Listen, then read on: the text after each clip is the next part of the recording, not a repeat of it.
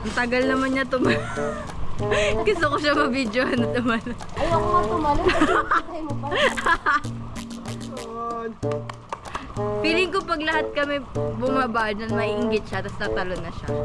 May private pool dati sa gubat na ano eh, pang personal na gamit lang ng resort owner, pero nasa-swimming to. Oo, kapal. Nahimik na yung kami kahapon mo, nagwawala na yung isa sa kanya. Wala lang siya.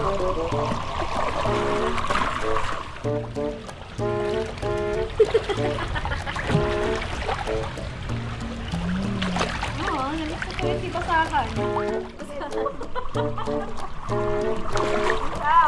Ang cute ni Samson. Camera sa isabi. Ay, maanggolo, maanggolo. Face card.